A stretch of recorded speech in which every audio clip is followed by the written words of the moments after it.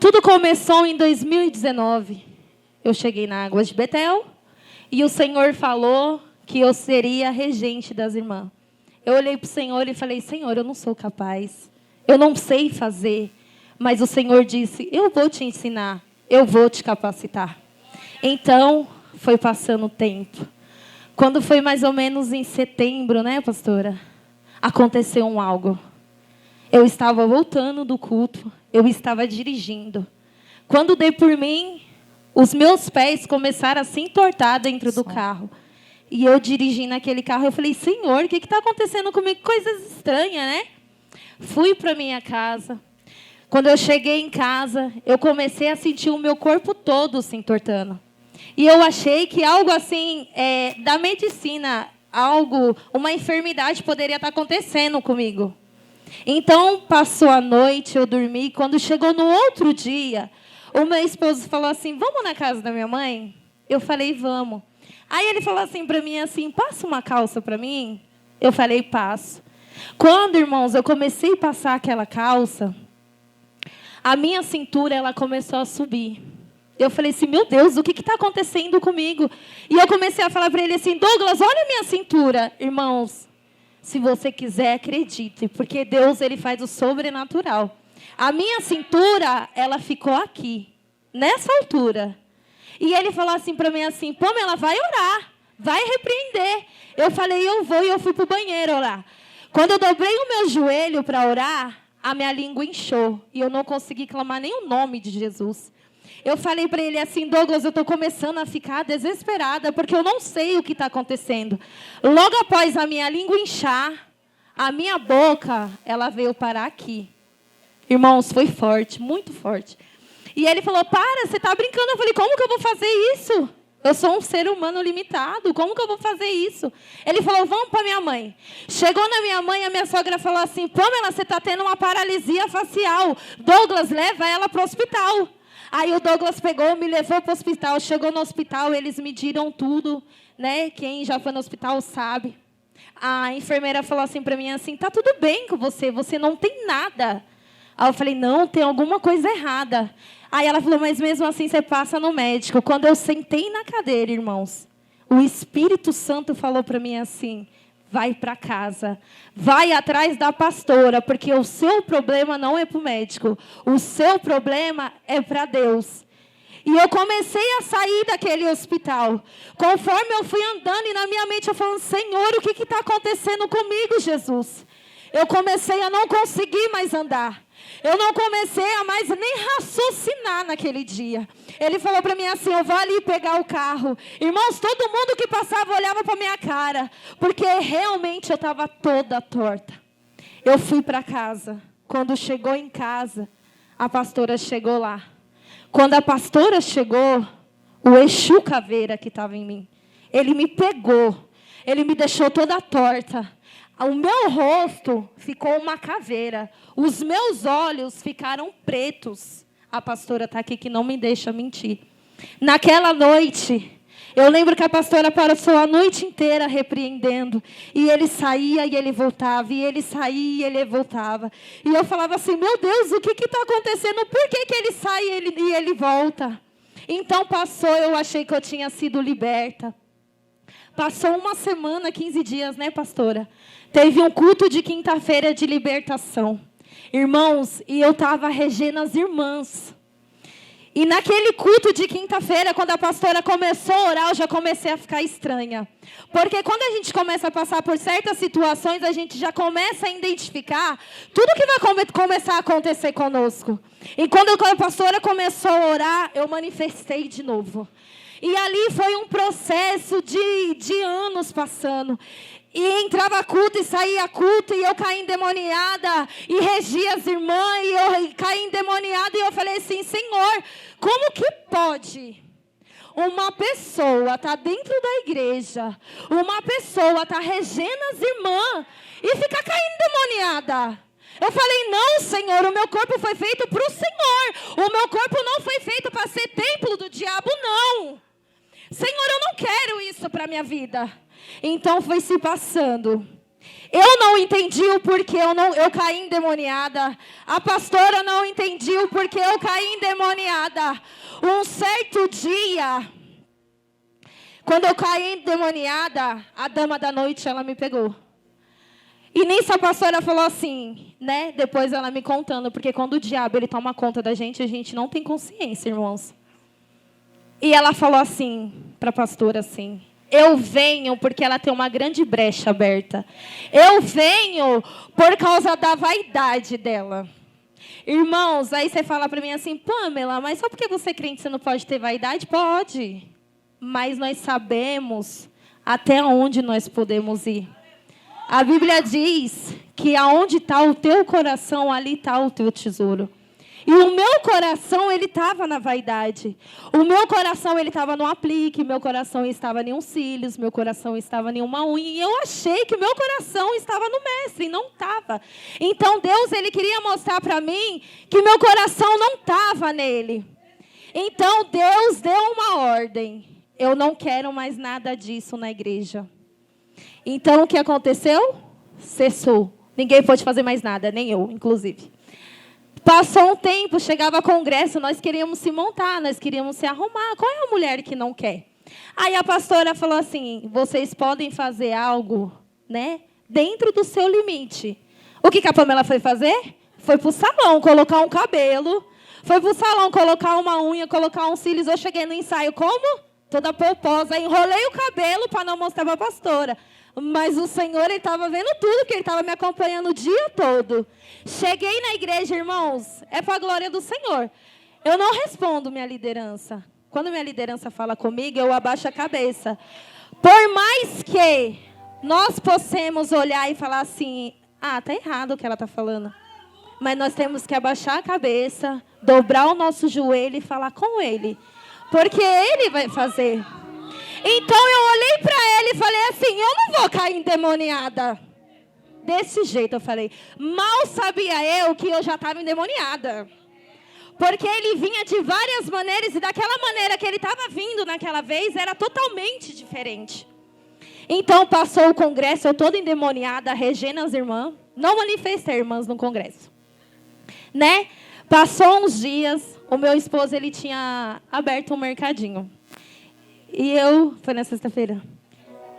E eu fui pro mercadinho como todas as vezes, né? Aí, quando eu voltei, o que aconteceu? Caí endemoniada, mais uma vez no culto. Aí a pastora pegou e falou assim para mim, assim, Pamela, Jesus não quer você assim. Jesus não quer você montada, você é linda do jeito que você é. E eu não aceitava aquilo, irmão, porque a vaidade, ela estava aqui dentro do meu coração. Mas Jesus, ele falava assim, eu ainda tenho que tratar com você. E mais uma vez, esse processo foram 3 anos, irmãos. Eu caí endemoniada. Aí um dia eu falei assim, eu não aguento mais. Eu não quero mais cair endemoniada.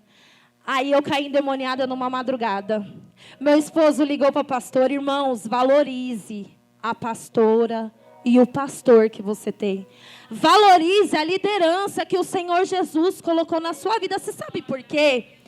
Porque eles passam prova por causa da gente. Eles lutam por causa da gente. Eles pelejam pela minha família. O seu líder peleja pela sua família. Você não pode não ver, mas ele peleja. Ele entra no inferno por causa de uma alma. Então fomos para a igreja mais uma vez endemoniada. A pombagira, ela arrancou a minha unha. Porque ela não suportou o peso da glória do Senhor naquele dia. Porque eu acredito que naquele dia o Senhor falou assim, chega. Agora você vai aprender, Pamela, chega. Ou você aprende ou você aprende.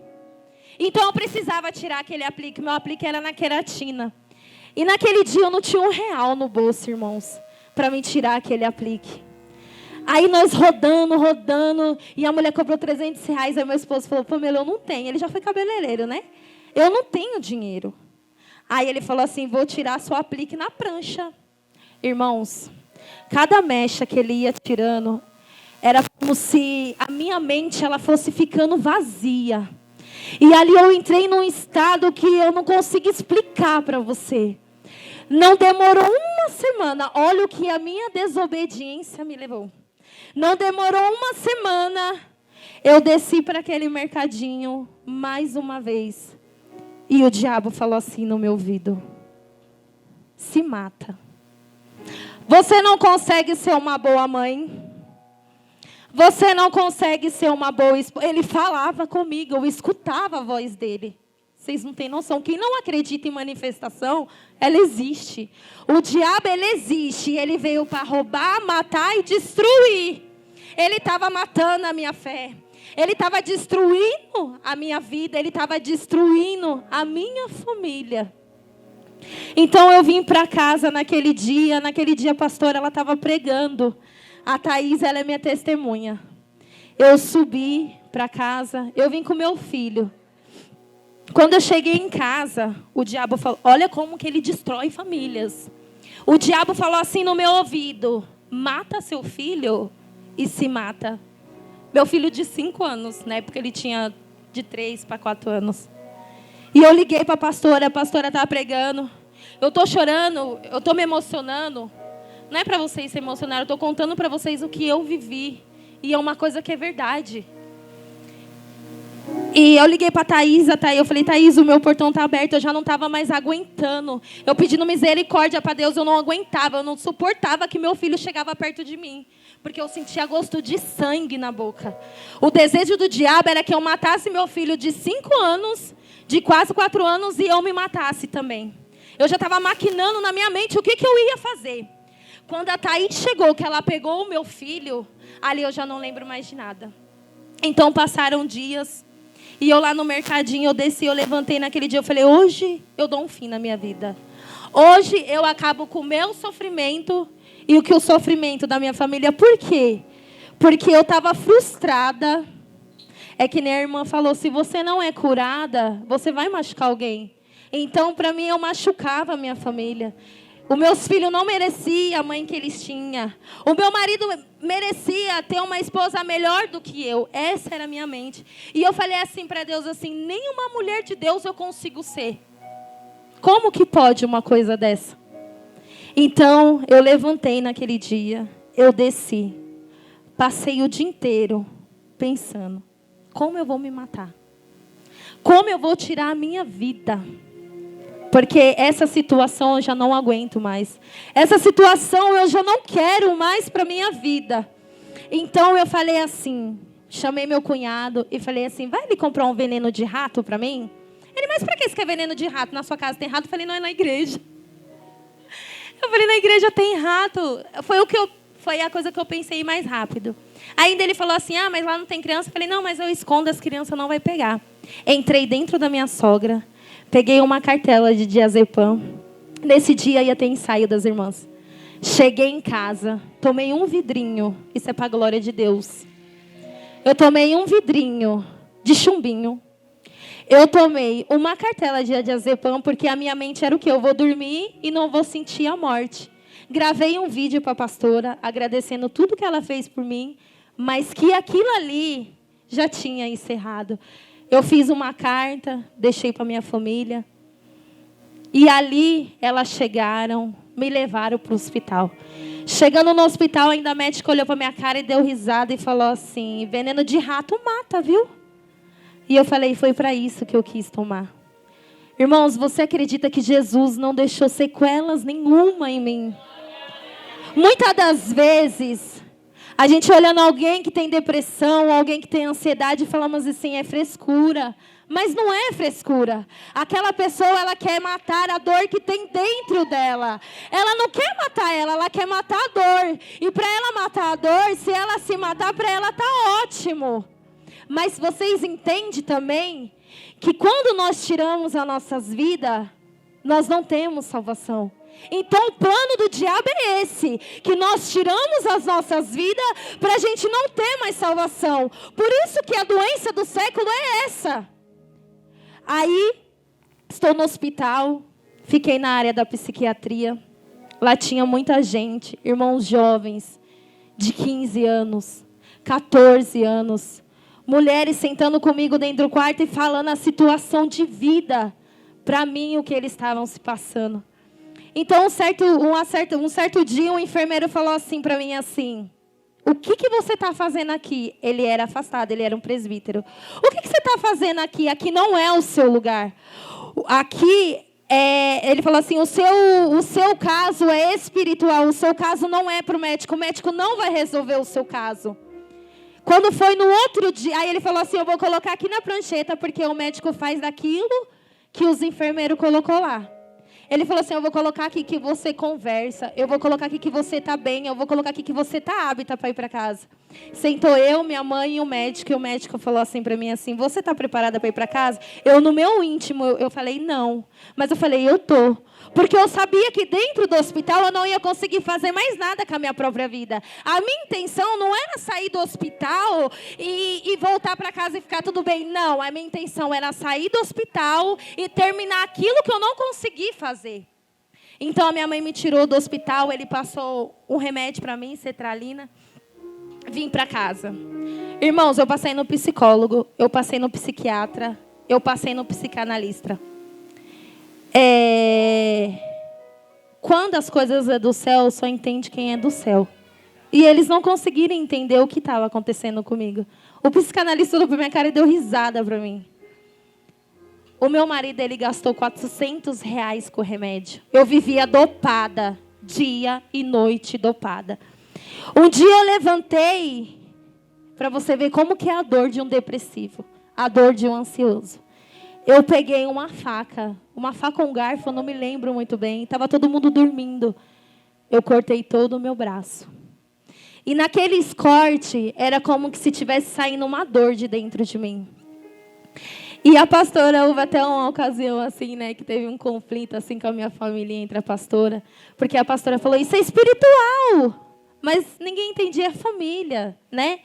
Quer ver o bem da pessoa. A pastora, isso é espiritual, preciso orar por ela. E a pastora começou a se sentir impotente. E eu me dopando de remédio. Um certo dia, a minha mãe ligou para o meu marido e falou assim, o Espírito Santo tocou no coração dela. Não dá remédio para ela, porque hoje a pastora vai orar por ela. Então a pastora foi lá, orou por mim. Naquele dia eu não caí endemoniada. Mas, irmão, pensa, a minha alma, ela estava presa dentro de um lugar tão escuro. De um lugar tão escuro, que eu falava assim, Senhor, me tira daqui, Jesus. Me tira daqui, Senhor. Eu via tudo preto e branco, eu não conseguia ver o céu azul. E eu só pensava em me matar, eu só pensava em tirar a minha própria vida. Mas enquanto o diabo, ele estava decretando a minha morte, Jesus, ele estava falando, ei, eu estou chegando com vida para a sua vida. Não é tempo ainda de você morrer, não. É porque eu ainda tenho plano na sua vida. Irmãos, eu recebi as visitas que eu nem sei quem me visitava, de tão dopada que eu estava. Naquele dia a pastora veio, orou por mim, me levou na Universal. Foi mal, né, pastora? E naquele dia eu não me manifestei. O diabo, ele se esconde. Ele ficou escondido ainda. Eu fiquei por tempos ainda, mais ou menos uns 2 meses, sem manifestar nada. Aí um certo dia, eu estava dentro do meu quarto de madrugada e eu acordei com uma crise. Todo mundo achava que eu já estava bem, mas não estava bem. E eu estava sozinha dentro do meu quarto. E aquele algo ainda da vaidade, ela estava aqui dentro ainda, porque estava chegando Natal, viu? E então eu queria me arrumar.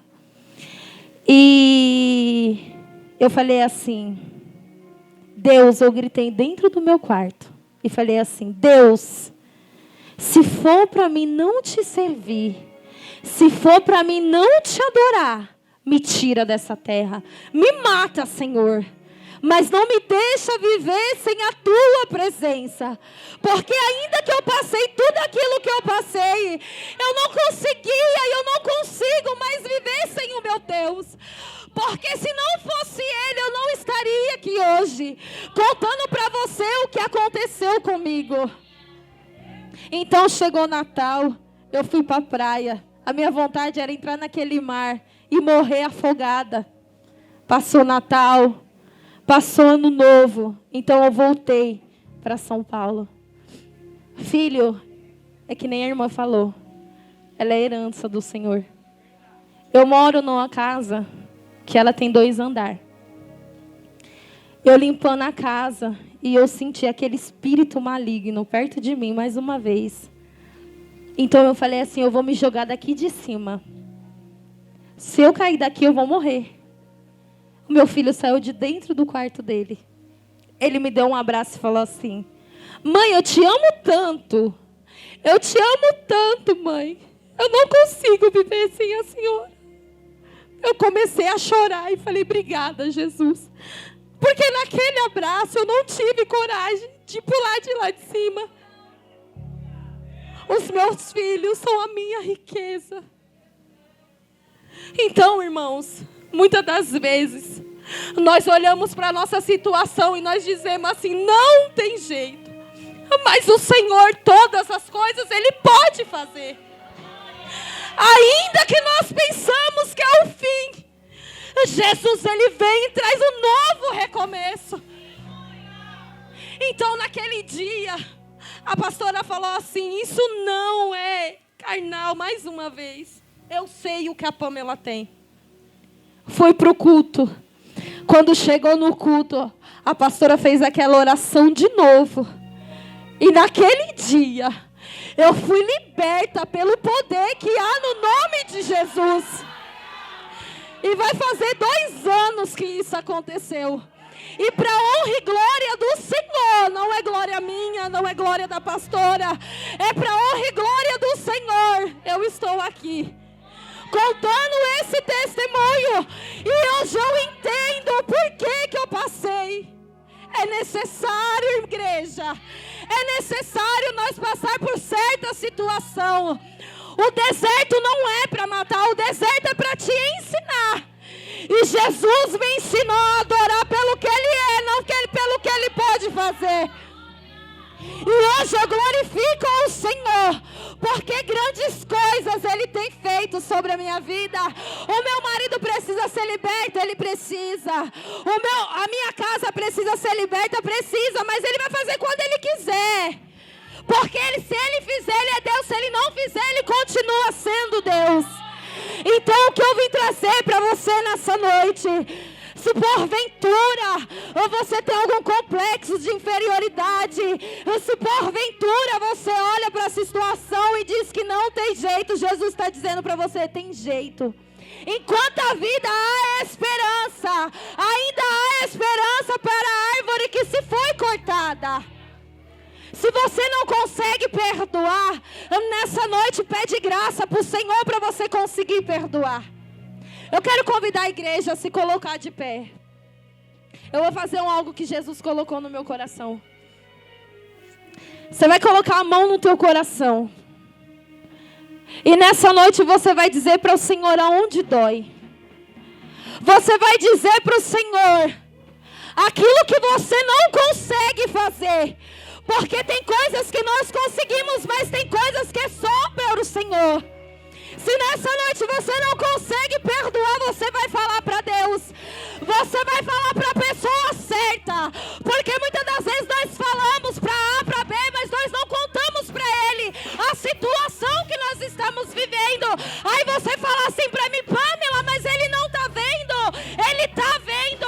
Mas é necessário que você abra a tua boca e você fala para Ele aonde dói. Aonde que você precisa para Ele tratar.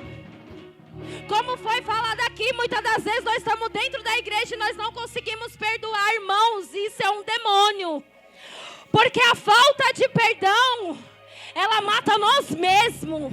Não vai matar aquele que te feriu, vai matar você por dentro. Vai corroer você por dentro. Então é necessário sim você perdoar. Então nessa noite você vai colocar a mão no teu coração. E você vai repreender todo o mal que tem na sua vida.